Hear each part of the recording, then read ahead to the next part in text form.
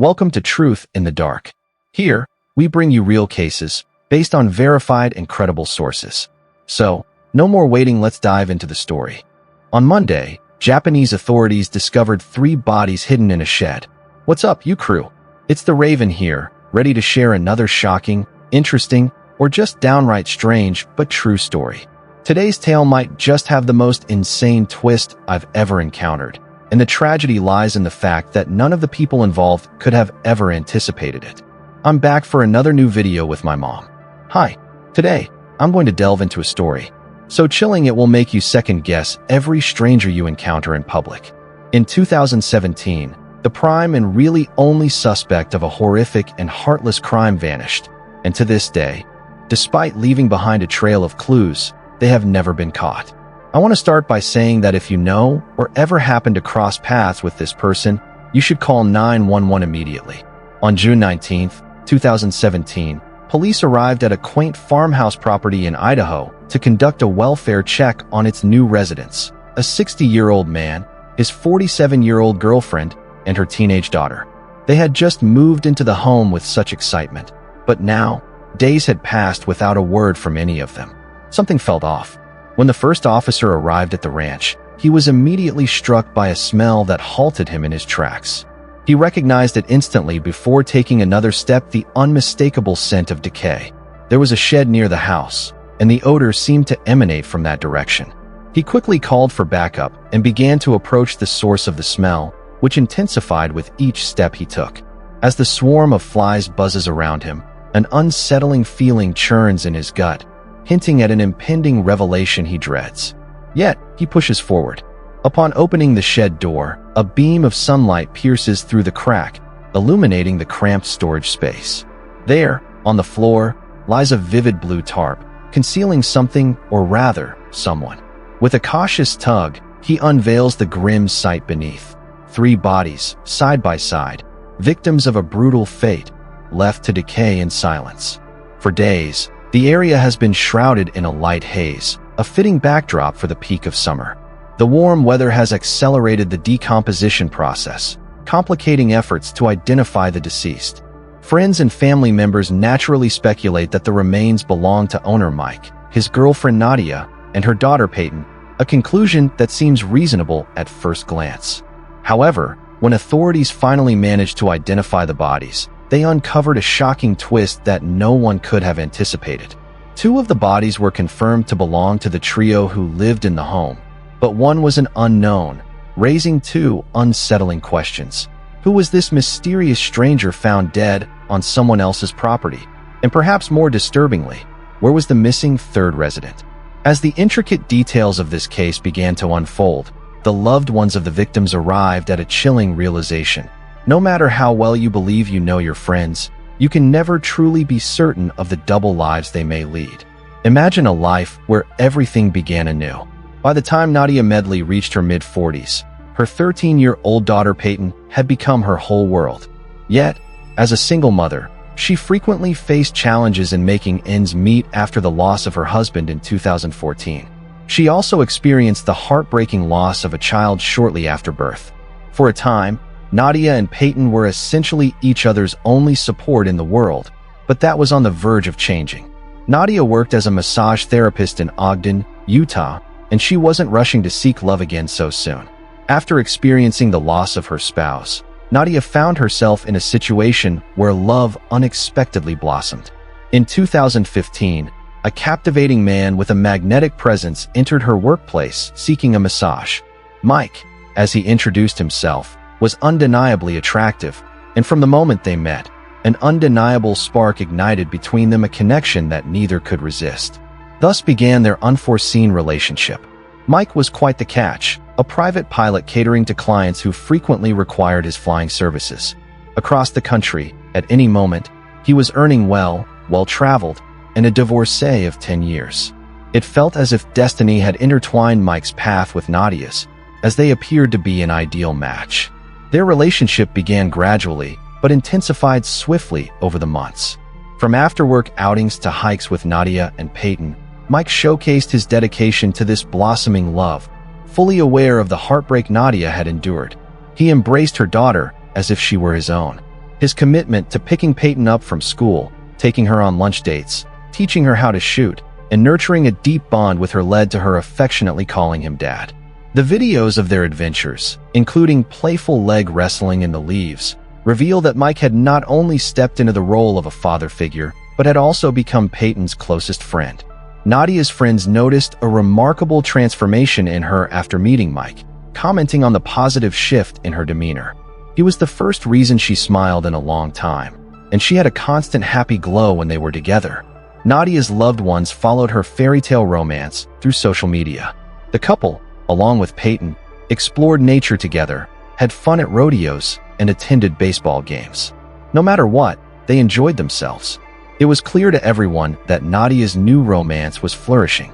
She made sweet posts like, "Went to Cheap Trick, Joan Jett, and Heart tonight. Thanks to my ever so thoughtful boyfriend. And awesome day at the fair with my little one. Family, love you all." After an impromptu trip to Yellowstone, she wrote about how awesome my boyfriend is. "Love you, Mike. Hi everybody, it's me, Peyton. I'm going to be like every YouTuber ever and make a vlog. We're heading to Yellowstone right now. How much longer do we have? Like 4 hours? Okay, yeah, for more hours. It's a really pretty drive, though, and I'm happy. But all relationships have their honeymoon phase, and according to Nadia's best friend, a little turmoil started to brew as time went on. Nadia had approached Mike 2 or 3 times for assistance with her mortgage. After several requests, Mike firmly declined, stating that things were progressing too quickly for him to commit. However, Nadia was unconvinced. She had seen one of his paychecks, which revealed he earned $10,000 in a single month. Aware of Mike's substantial income as a pilot, she struggled to comprehend his reluctance to offer her financial support. This escalating disagreement became a significant source of tension between them, ultimately leading to further complications. To a brief separation of the pair, yet their love was like a magnet, drawing them back together in no time. Nadia texted her friend, "He told me that being apart isn't making him feel any better. We really struggle with the distance." At this point, perhaps the most challenging aspect of their relationship was the frequent separation between Nadia and Mike. After all, Mike's job often required him to be far from home for extended periods, sometimes lasting weeks, which undoubtedly added strain to their bond. In a relationship where distance often tests the strength of connection, Mike and Nadia found that their bond only deepened. The time apart made Mike acutely aware of how much he missed Nadia and Peyton. What had once been a casual affair now demanded a more serious commitment. Driven by this realization, Mike took a significant step by purchasing a ranch in Caldwell, Idaho. He wanted to assure Nadia of his readiness for a lasting commitment, so he extended an invitation to her, signaling a new chapter in their relationship. Peyton was invited to move in, with promises of open fields, horses, dogs, rabbits, anything to ensure their happiness and a fulfilling life together. Nadia's status updates reflected her mounting excitement as this idea transformed into a solid plan. The trio Nadia, Peyton, and Mike were thrilled to embark on this new chapter. In her enthusiasm, Nadia devoted herself to decorating the ranch, reveling in the abundance of space she had never experienced before. Excited to transform the farmhouse into a true sanctuary for herself and her 2 beloved companions, she began erecting fences around the yard and constructing pens, coops, and rabbit runs. On May 10th, she shared a video showcasing the vast property, and it was clear she had completely fallen for the land. "Take a look at the shed," she highlighted in the background. "This is my new backyard. I'm really enjoying this. Just a tad more fencing to complete. The dogs are the only ones enjoying the greenery for now. But that will change. This is where the chickens live. Okay, the shed can't even be seen because of all the trees. Yeah, baby, we're loving it." For both Nadia and Mike, they felt that they had finally found their forever person. This was a new beginning unlike any other. It was a dream come true. It felt almost too good to be true, and unfortunately, that's because it was. In June of 2017, Nadia needed to take a trip back to Utah to pick up some of the horses that Mike had purchased for the ranch. Mike himself couldn't go pick them up. Due to work commitments, he wouldn't be available, so Nadia stepped in to help, except for the weekend of June 9th, when she was meant to arrive at the pickup location for the horses. However, Nadia failed to show up. The worker she was supposed to meet decided to reach out. thinking it might just be a minor mix-up. But when Nadia didn't answer the phone or return any calls, it became evident that something was seriously amiss. Family and friends of Nadia and Peyton began to notice a similar situation on their side, mentioning that they hadn't received any communication from Peyton since June 6th, the last time she had reached out via text. Sydney, Peyton's friend, grew increasingly worried with each passing day. Both she and Peyton were thoroughly attached to their devices, making it hard to understand why Peyton would go silent for such an extended period. When attempts to contact Mike also failed, it felt as if the entire family had disappeared without a trace. This prompted Sydney to persuade her mother to take action and delve into the situation involving Peyton and her family. Together, they dialed 911, prompting a response team to be sent to Nadia and Mike's property to assess the situation and ensure everything was all right. Concerned relatives of Mike also reached out for a welfare check, leading us back to the authorities discovering the shocking scene of 3 severely decomposed bodies. You might be curious about the identities of those bodies. Let's begin with the one that stands apart, as this is where the story takes a wild turn. Eventually, officers managed to uncover. Dental records were retrieved to identify the enigmatic third body, which turned out to be a woman named Cheryl Baker. She was also a local from Ogden, Utah, but despite her ties to the area, Cheryl had little to no connection with Nadia and Peyton during her lifetime. So what was her body doing alongside theirs on the farmhouse property? As previously mentioned, Cheryl had no ties to Nadia and Peyton. However, she did have a connection to Mike. To clarify, Mike's real name is Gerald Michael Bullinger, and Cheryl Baker was his wife for 7 full years. Until her unexpected passing, it was clear that Cheryl and Gerald had been married for 5 years before Gerald began seeing Nadia. Not only was Gerald unfaithful to Cheryl by starting a new family with Nadia, but the home where his mistress and her daughter resided in Ogden was merely 8 miles from the house he shared with his wife. This proximity made it all too simple for Gerald to maintain his double life, allowing him to navigate between his 2 partners without suspicion. Any suspicion, you just can't make this stuff up.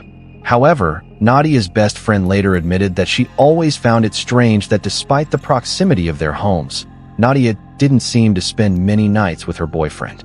She recalls Nadia only staying over with Gerald one time, but she figured the man was just easing back into things since he mentioned this was his first relationship in a decade. I cannot stress how deceptive this man Gerald is.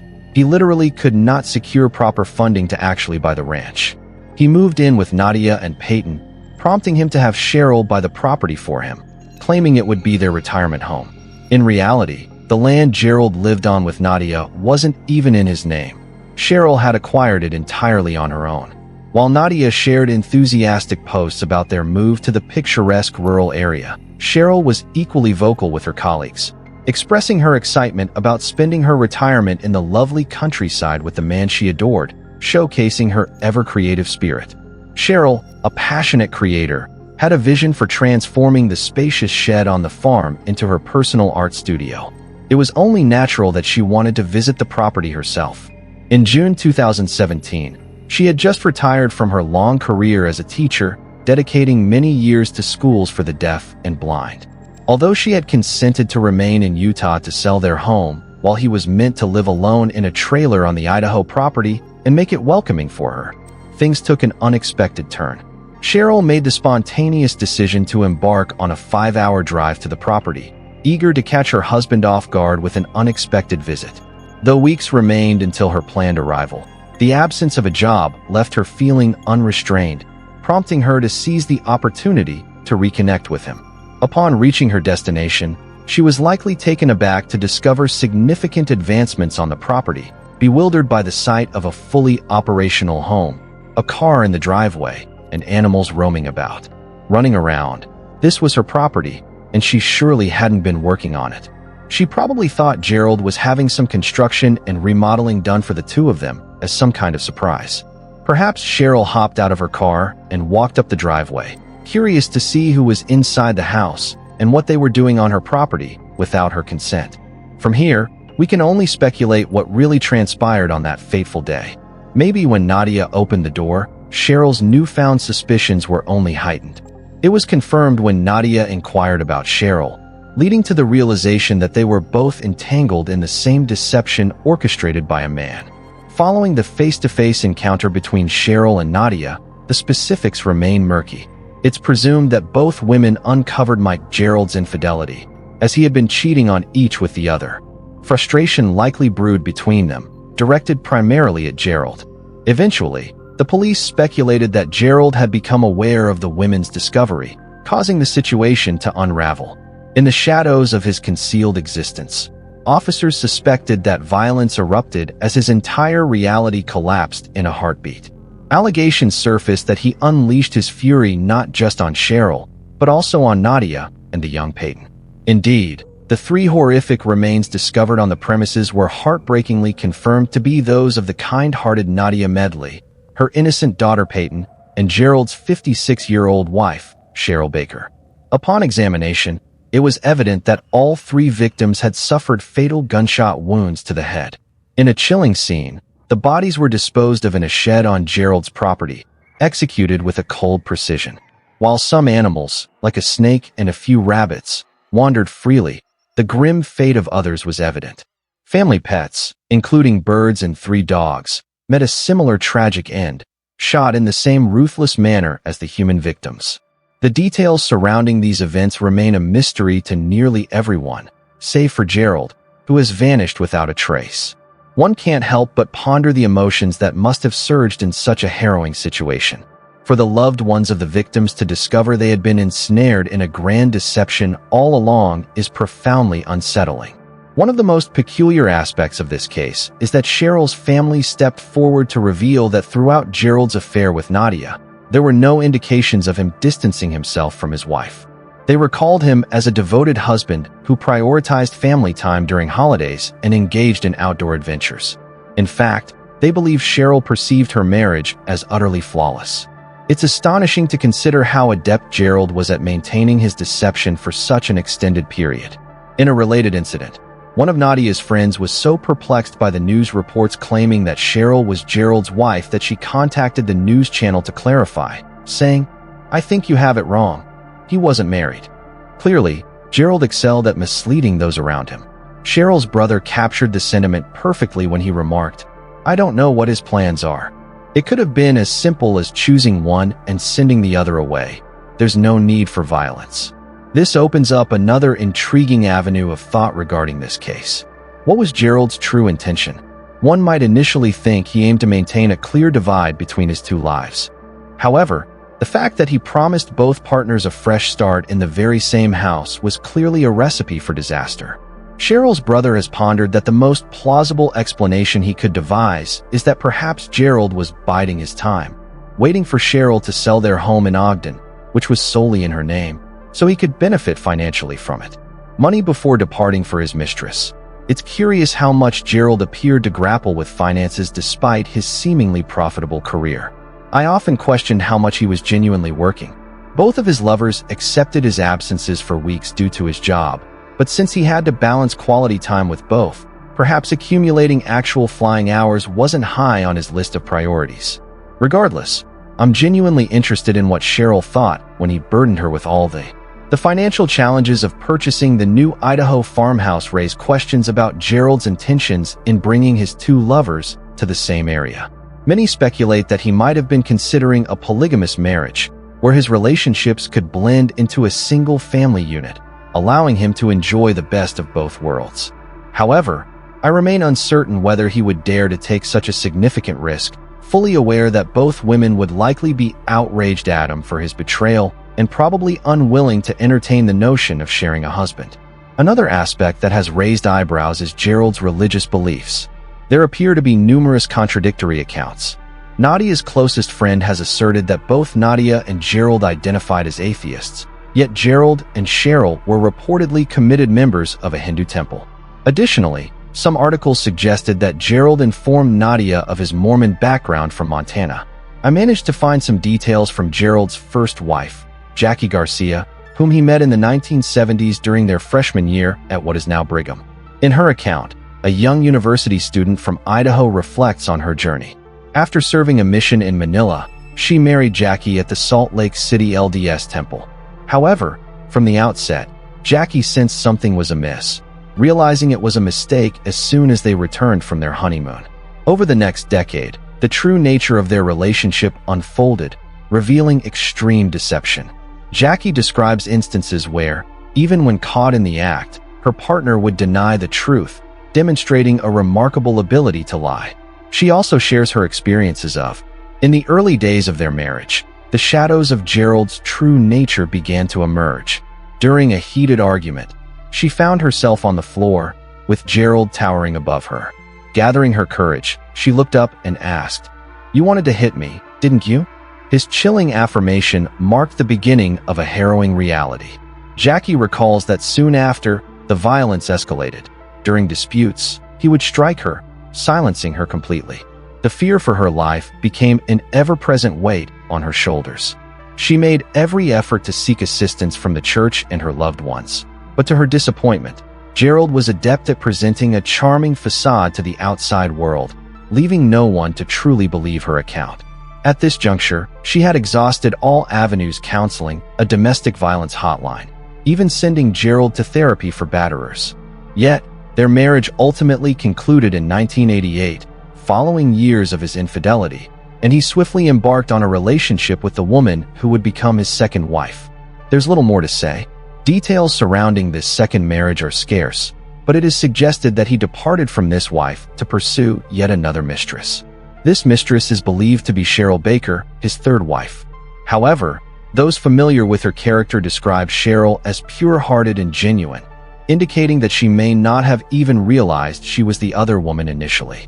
With this context, we can see why Gerald would study Sanskrit and visit a Hindu temple with Cheryl, all while simultaneously engaging with Nadia as a self-proclaimed ardent atheist.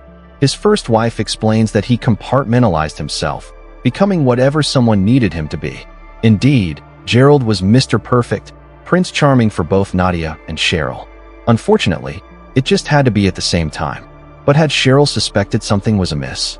Oddly, the last text a friend received from Cheryl around the time she would have been heading to the Idaho property read, "Take care of my dogs. I don't know if I'm coming back."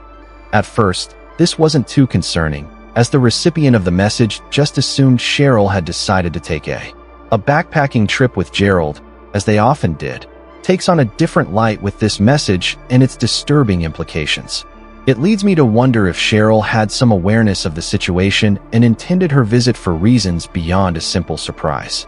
Yet, many have questioned whether Cheryl was truly the one who sent that text. Could her husband have used her phone after her passing? Personally, I doubt Gerald would have taken the initiative to send such a message merely to shield their interests. Dogs, after all, would alert people that something was amiss. The numerous dead animals discovered on the farmhouse property suggest that Gerald is not particularly concerned about his pet's welfare. CBS reported that the text was sent around June 11th, and authorities suspect the crime took place on the 8th or 9th.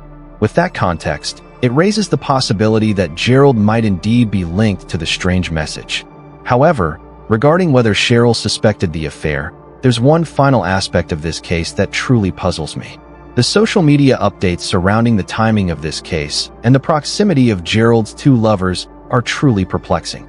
It's hard to comprehend how he remained so unfazed by Nadia's incessant posts about him. There are countless pictures, videos, and updates that unmistakably showcase Gerald as part of this little family, attending concerts, rodeos, and hikes together. Was he not concerned that a mutual acquaintance might stumble upon one of these posts and expose everything? It appears that Cheryl herself. It may seem that social media wasn't a priority, yet it's astonishing that Gerald didn't exhibit more caution regarding Nadia's frequent posts about him. Just one mutual friend from Ogden could have easily uncovered his deceptions through those affectionate updates. Interestingly, it appears that Nadia only referred to him as Mike in her statuses, suggesting he might not have had a Facebook account to tag.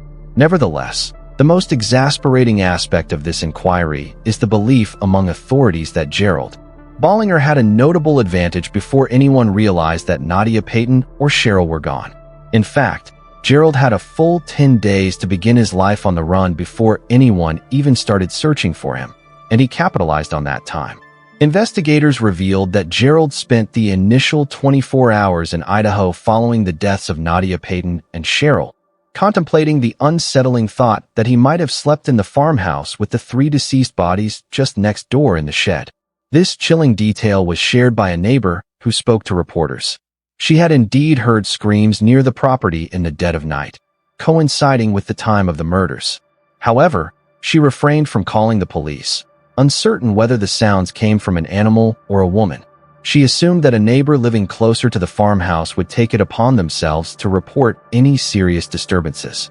Additionally, other neighbors mentioned hearing gunshots around the time of the crime, but in this rural area, such occurrences weren't particularly alarming, given the prevalence of hunters and target shooters. It's interesting to note that Gerald taught Peyton how to shoot, which might lead neighbors to think the gunshots were just for fun. However, it's crucial to point out that despite the property being considered rural, the houses are close enough that it seems odd no one noticed anything unusual.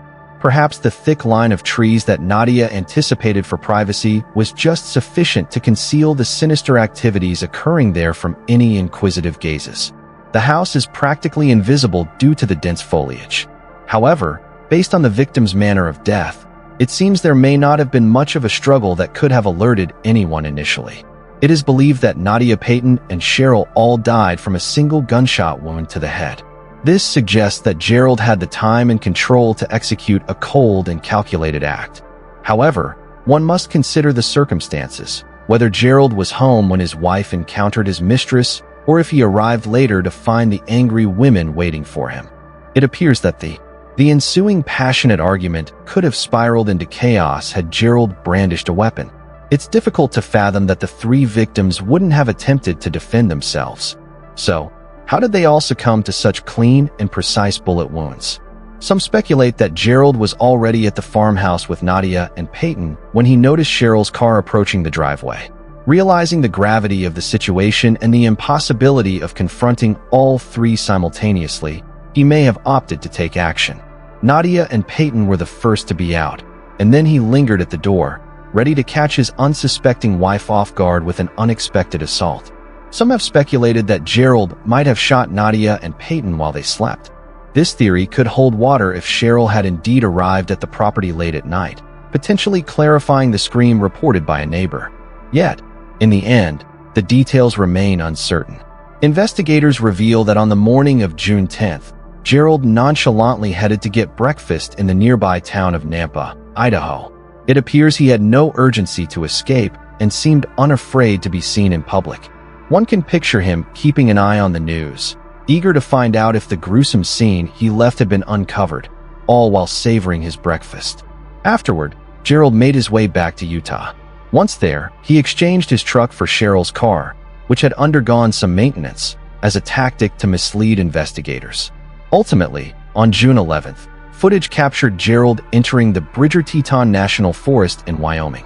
The last known location of Gerald marks the point where police were able to track him. After extensive searching, authorities located Cheryl's car at an abandoned campsite, but Gerald was nowhere to be found. At least, that's what investigators believe. Various theories swirl around Gerald's current whereabouts. Among the most popular is the idea that he could have easily hitchhiked his way out of the national forest, possibly even leaving Wyoming altogether. However, some individuals also speculate that Gerald could have simply pressed on through the woods, choosing to end his life out of guilt. Canyon County Sheriff Kieran Donahue has repeatedly expressed his belief that Gerald is likely deceased, though the cause, whether through intentional self-harm or merely succumbing to the elements, remains a topic of discussion. Some online commentators have voiced their concerns regarding law enforcement's suggestion that Gerald is probably dead. These theorists argue that if he had truly wished to take his life, he would have done so impulsively, right after the incident. The crime, rather than prompting a hasty retreat, has led close friends of Nadia to assert that Gerald's ego is too inflated for him to consider ending his own life.